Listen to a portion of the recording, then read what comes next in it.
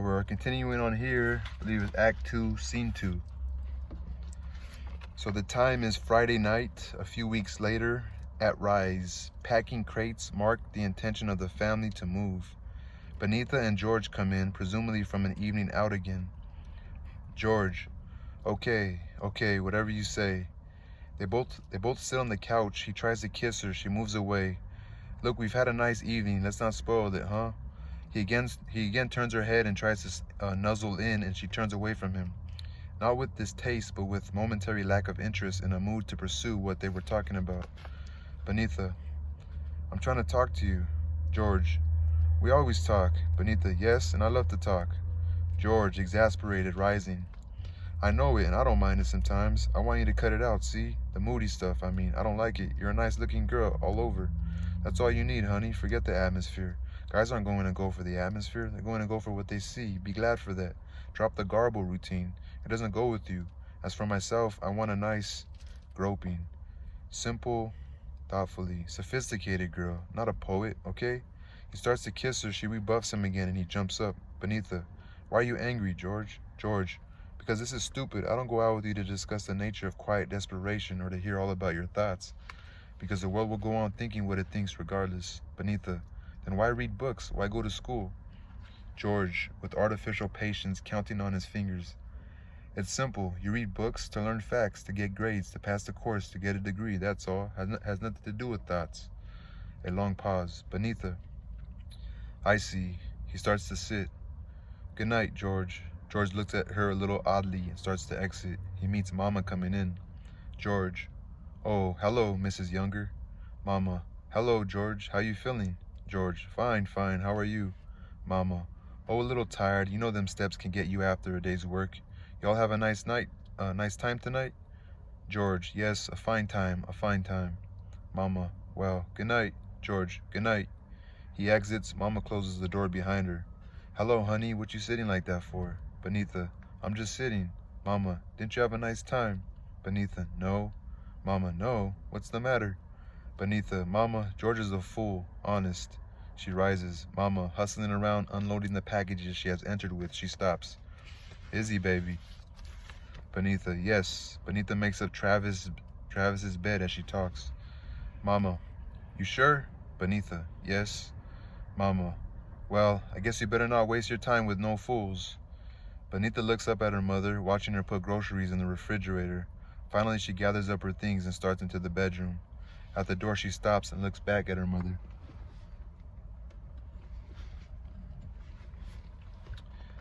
Benita. Mama? Mama. Yes, baby? Benita. Thank you. Mama. For what? Benita. For understanding me this time. She exits quickly and the mother stands, smiling a little, looking at the place where Benita just stood. Ruth enters. Ruth. Now don't you fool with any of this stuff, Lena. Mama. Oh, I just thought I'd sort a few things out. Is brother here? Ruth. Yes. Mama, with concern. Is he? Ruth, reading her eyes. Yes. Mama is silent and someone knocks on the door. Mama and Ruth exchange weary and knowing glances, and Ruth opens it to admit the neighbor, Mrs. Johnson, who was a rather squeaky, wide-eyed lady of no particular age with a newspaper under her arm. Mama, changing her expression to acute delight and a ringing, cheerful greeting. Oh, hello there, Johnson. Johnson. This is the woman who decided long ago to be enthusiastic about everything in life, and she is inclined to wave her wrists vigorously at the height of her exclamatory comments. Hello there yourself. How you this evening, Ruth? Ruth, not much of a deceptive type. Fine, Miss Johnson. How you? Johnson. Fine. Reaching out quickly, playfully, and patting Ruth's stomach. Ain't you starting to poke out none yet? She mugs with delight at the overfamiliar remark, and her eyes dart around looking at the crates and packing preparation. Mama's face is a cold sheet of endurance. Oh, ain't we getting ready round here, though? Yes, sir. Look at there. I'm telling you, the youngers is really getting ready to move up on out a little higher. Bless God. Mama, a little dryly, doubting the total sincerity of the blesser. Bless God. Johnson, he's good, ain't he? Mama, oh yes, he's good. Johnson, I mean, sometimes he works in mysterious ways, but he works, don't he? The husband had to die for them to have that money, which is so fucking scandalous. Mama, the same. Yes, he does. Johnson, I'm just so happy for y'all. And this here child, about Ruth. Looks like she could just pop open with happiness, don't she? Where's all the rest of the family? Mama, Benny's gone to bed. Johnson, ain't no. The implication is pregnancy. Sickness done hit you, I hope. Mama, no, she just tired. She was out this evening. Johnson, all is a coup, an emphatic coup. Aw, ain't that lovely? She's still going out with the little Murchison boy? Mama, dryly, huh? Johnson, that's lovely. You sure got lovely children, younger. Me and Isaiah talks all the time about what fine children you was blessed with. We sure do. Mama, Ruth gives Miss Johnson a piece of sweet potato pie and some milk.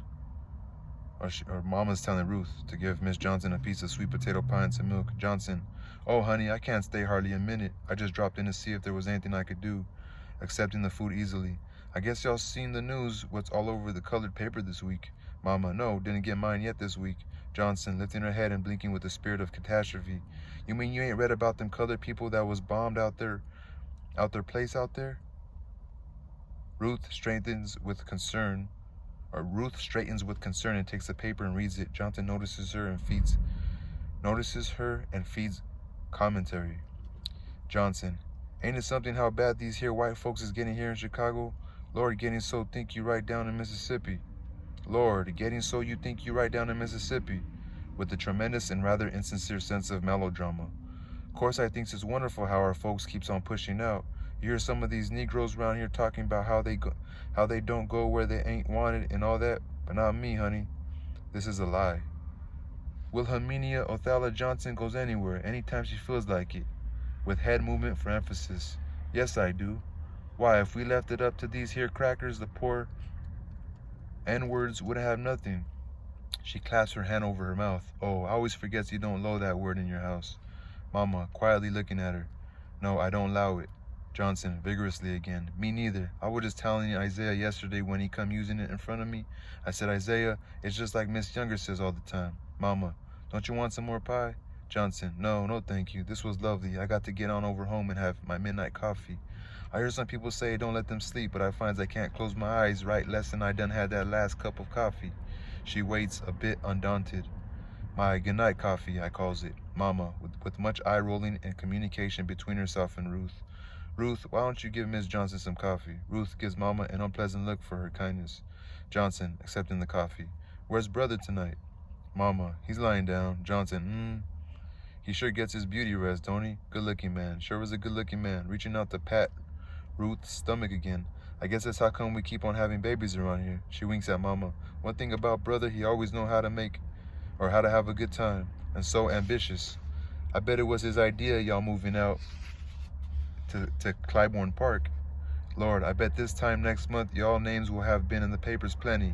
Holding up her hands to mark off each word of the headline she can't see in front of her. Negroes invade Clybourne Park. Bombed. Oh, shoot, so where they're moving, the whites don't want them there. Mama, she and Ruth look at the woman in amazement. We ain't exactly moving out there to get bombed. Johnson, oh, honey, you know I'm praying to God every day that don't nothing like that happen. But you have to think of life like it is. And these here Chicago peckerwoods is some bad peckerwoods. Mama, wearily, we done thought about all that, Miss Johnson. Benita comes out of the bedroom in her robe and passes through the bathroom. Mrs. Johnson turns. You could say the white man has always wanted to keep the black man down in Chicago. Look at the state of it now. They're making so much money off the violence of it. It's almost insane. Johnson, hello there, Benny. Benita, crisply, hello, Mrs. Johnson. Johnson, how was school? Benita, crisply, fine, thank you. She goes out. Johnson, insulted. Getting so she don't have much to say to nobody. Mama, the child was on her way to the bathroom. Johnson, I know, but sometimes she act like ain't got time to pass the time of day with nobody ain't been to college. Oh, I ain't criticizing her none. It's just, you know how some of your young people gets when they get a little education. Mama and Ruth say nothing, just look at her. Yes, well, I guess I better get on home, unmoving. Course, I can understand how she must be proud and everything, being the only one in the family to make something of herself. I know just being a chauffeur ain't never satisfied brother none. He shouldn't feel like that, though. Ain't nothing wrong with being a chauffeur. Mama, there's plenty wrong with it. Johnson, what? Mama, plenty.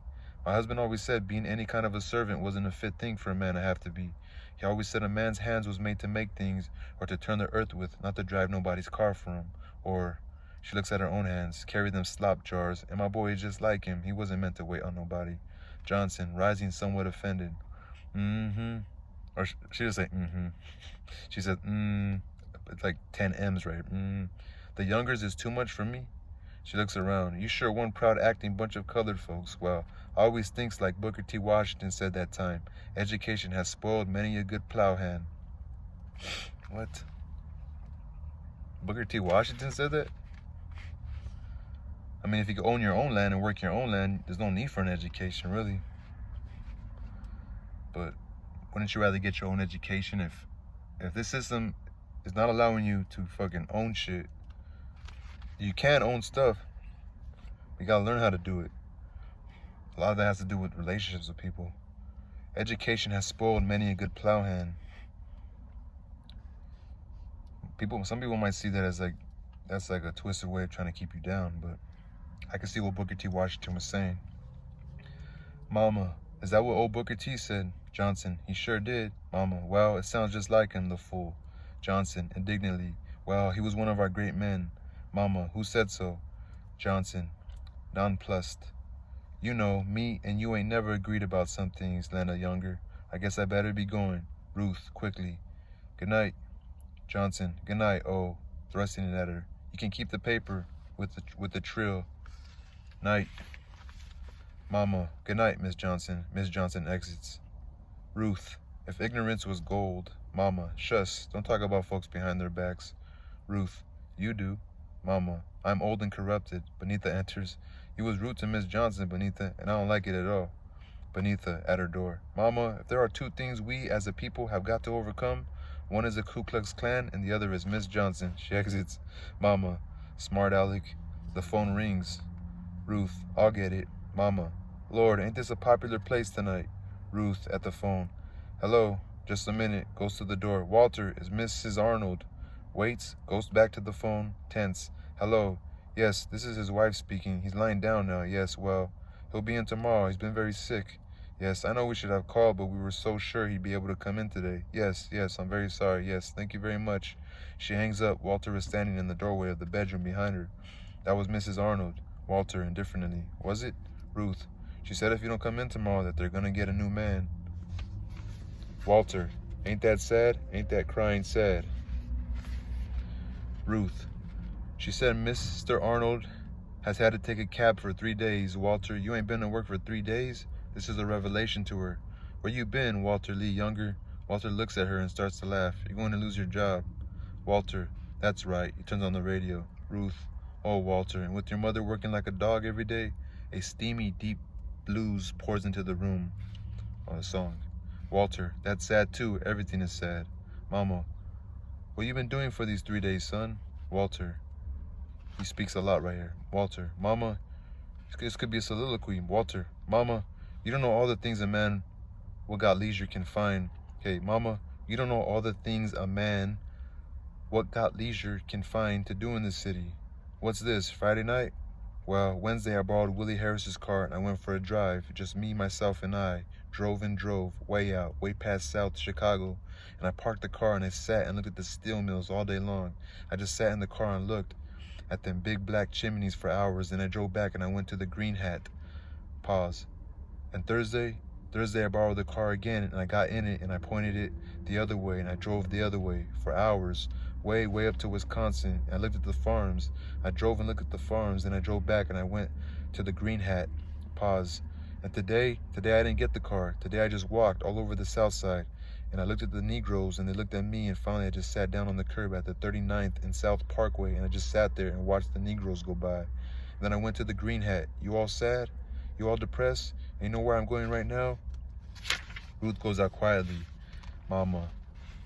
Oh, big Walter, is this the harvest of our days? Walter, you know what I like about the Green Hat? I like this little cat they got there who blows the sax. He blows, he talks to me. He ain't but about 5 feet tall and he's got a conked head and his eyes is always closed and he's all music.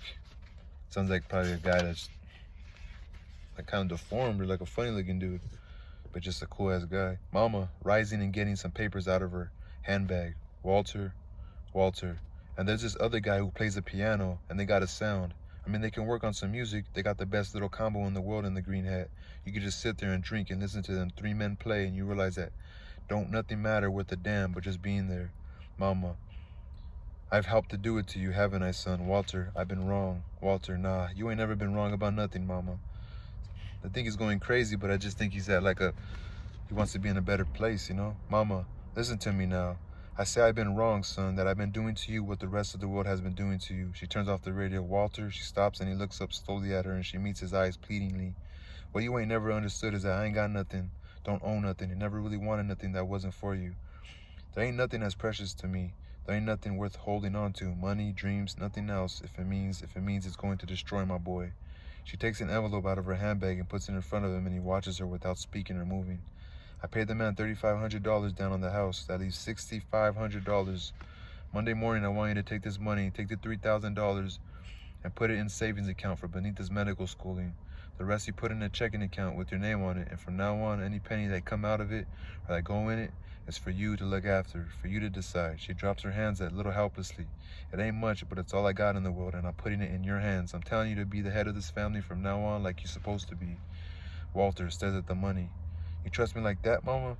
Mama, I never stopped trusting you like I never stopped loving you. She goes out and Walter sits looking at the money on the table. Finally, in a decisive gesture, he gets up and, in mingled joy and desperation, picks up the money. At the same moment, Travis enters for bed. Travis, what's the matter, Daddy? You drunk? Walter, sweetly, more sweetly than we have ever known him. No, Daddy ain't drunk. Daddy ain't going to never be drunk again. Travis, well, good night, Daddy. The father has come from behind the couch and leans over, embracing his son. Walter, son, I feel like talking to you tonight. Travis, about what? Walter, oh, about a lot of things. About you and what kind of man you're going to be when you grow up. Son, what do you want to be when you grow up? Travis, a bus driver. Walter, laughing a little. A what? Man, that ain't nothing to want to be. Travis, why not? Walter, 'cause, man, it ain't big enough. You know what I mean. Travis, I don't know then. I can't make up my mind. Sometimes Mama asks me that too, and sometimes when I tell her I just want to be like you, she says she don't want me to be like that, and sometimes she says she does. Walter, gathering him up in his arms. You know what, Travis? In 7 years, you're going to be 17 years old. And things is going to be very different with us in 7 years, Travis. One day when you are 17, I'll come home from my office downtown somewhere. Travis, you don't work in no office, Daddy. Walter, no, but after tonight, after what your daddy gonna do tonight, there's going to be offices, a whole lot of offices. Travis, what you gonna do tonight, Daddy? Walter, you wouldn't understand yet, son, but your daddy's gonna make a transaction, a business transaction that's going to change our lives. That's how come one day when you about 17 years old, I'll come home and I'll be pretty tired, you know what I mean? After a day of conferences and secretaries getting things wrong the way they do. Because an executive's life is hell, man. The more he talks, the farther away he gets. And I'll pull the car up on the driveway, just a plain black Chrysler, I think, with white walls, no black tires. More elegant. Rich people don't have to be flashy, though I'll have to get something a little sportier for Ruth. Maybe a Cadillac convertible to do her shopping in. And I'll come up the steps to the house and the gardener will be clipping away at the hedges and he'll say, good evening, Mr. Younger. And I'll say, hello, Jefferson, how are you this evening? And I'll go inside and Ruth will come downstairs and meet me at the door and we'll kiss each other and she'll take my arm and we'll go up to your room to see you sitting on the floor with the catalogs of all the great schools in America around you, all the great schools in the world. And I'll say, all right, son, it's your 17th birthday. What is it you've decided? Just tell me where you want me. Just tell me where you want to go to school and you'll go. Just tell me what it is you want to be and you'll be it. Whatever you want to be, yes, sir. He holds his arms open for Travis. You just name it, son. Travis leaps into them. And I hand you the world. Man, I hope so, man. Walter's voice has risen in pitch and hysterical promise. And on the last line, he lifts Travis high. Blackout. I guess like the end of the scene. All right, that was the end of Act 2, Scene 2. She gave Travis some money, man. We're gonna have to see what ends up coming of it. But this book goes up to I think 150. Yeah, this book goes all the way to 151, and I'm on page 110. So we'll see how much memory I have. But this book takes a little longer because the scenes the scenes of the acts are usually, it's like a limited series for like Netflix. They're a lot longer than a chapter, so it's like this is a 20-minute video for one scene. So anyway, I think there's like 2 scenes left. We'll see what happens, man. She gave him the money. I hope it all pans out, man. I really do. Crazy. I know this is the book. People have probably seen the movie. This is the movie. I think Halle Berry starred in it. But I've never this sounds familiar. I might have read it in my past, but I don't really know. So we'll see. Peace.